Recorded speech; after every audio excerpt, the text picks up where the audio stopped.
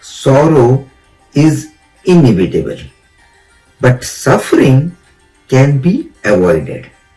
More than 25 centuries back, Buddha, in his teachings of Four Noble Truths, gave this secret out to the world that there is a way to end suffering.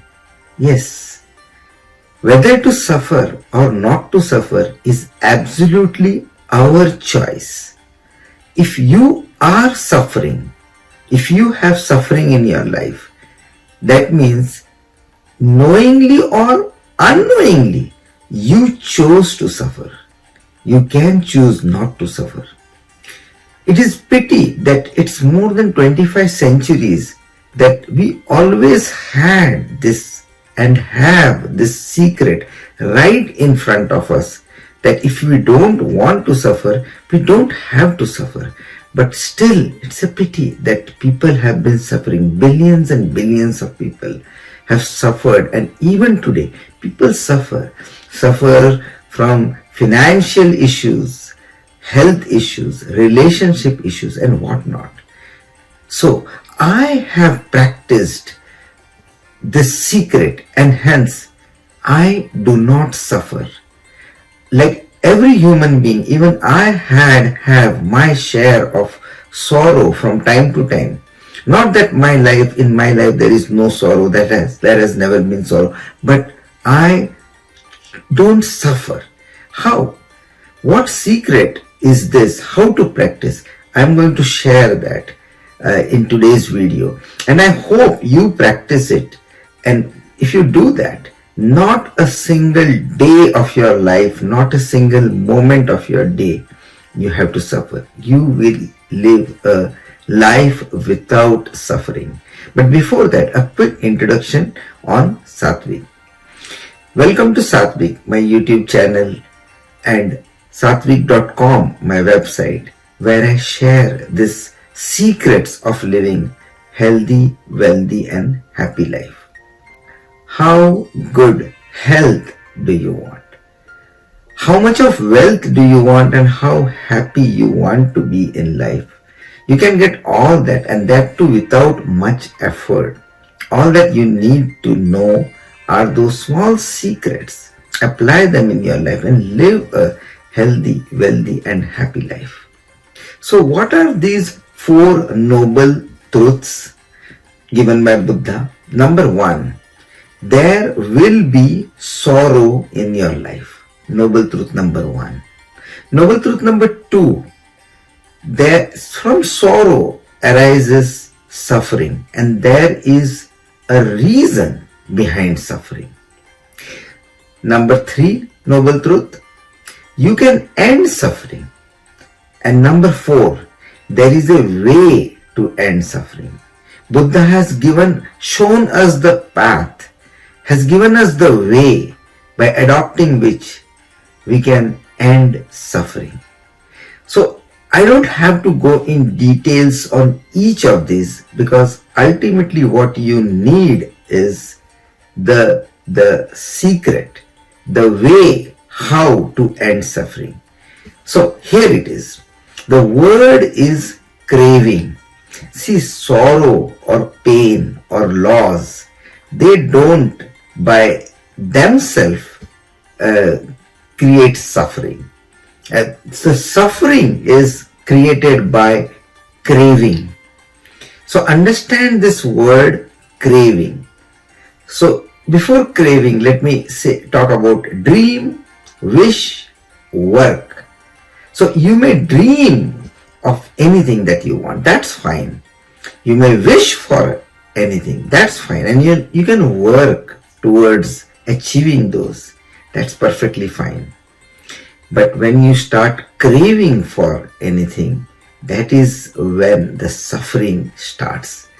And what happens when you don't achieve? The suffering multiplies, becomes too intense. So what is your guess? What happens when you achieve it? Does the suffering stop? No. Anything that started with craving, suffering will never stop, because after you achieve, your suffering will still continue, because now you start craving about how to maintain it, and then also you start craving because you have a fear that what if you lose it. So first you crave to achieve, acquire, then you crave to maintain, then you crave to not lose it. So the craving never ends, the suffering never ends. Key term is do not crave for anything.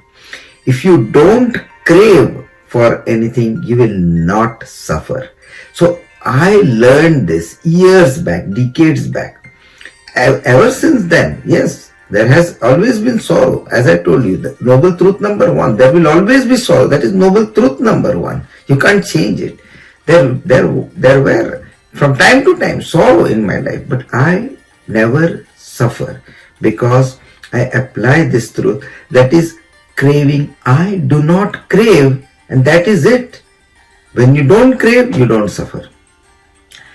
Let's take a simple example. Let's take the example of a house. Supposing you dream of a big house, wonderful house, beautiful house. That's fine. That will not create any suffering. You wish you have a big house, you work towards it. That's all fine. That will not create any suffering. But when you start craving for a big house, if you start craving for any of your dreams, say this in example house, then the suffering starts. And as I told you, this will never end. Even if you get that house, then you will suffer because you keep continuing craving for maintenance and not keep craving for not losing it. So the craving will create suffering. If you don't want to suffer, don't crave. And this last example, another example, and the last example, because house, a dream house may not be everyone's dream. Now the example I'm going to give you is almost everyone's dream, everyone's wish. So what is that? Relationship, good relationship, maybe perfect relationship, wonderful relationship. And especially when it comes to relationships related to marriage, companionship, life partnership. See, most people, they dream for a perfect relationship, wish for a perfect relationship, work towards it. That's all fine. But when you start craving for that, suffering starts and it never ends. If you don't crave in relationship, say in relationship, if you don't crave, what will happen? You will never have to suffer. There are many people, after their relationship ended, they broke down. When after their relationship broke, they broke down. There are people who are so attached, they have so much craving for relationship that even when the relationship is going good, because of the craving of having it, continuing with it, not losing it, they suffer. When this relationship breaks, they break. Many people just think that life has ended. Why? Just because a relationship is ended, life is ended? No, but why they think, why they become like that? Because they have always craved for that relationship. So stop craving. Just stop craving. Whether it is possession, position, or person, for anything, don't crave for anything. Don't crave for possession, don't crave for position, don't crave for person. So the word craving I have used so many times. If you are interested in knowing what word Buddha might have used while teaching this, the answer is Trishna. Trishna means thirst. Trishna means thirst, and it's not a coincidence that the two words look so similar. Trishna, thirst. Thirst word has come out of this Sanskrit Pali word Trishna.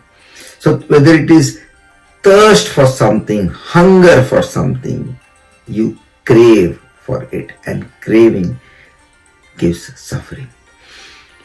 So I hope you practice this, a simple secret not to crave, whether it is for possession, position, or person.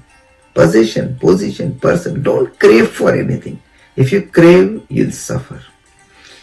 Thank you for watching, and I will see you in my next video with another similar truth implement them in your life and live a healthy, wealthy, and happy life.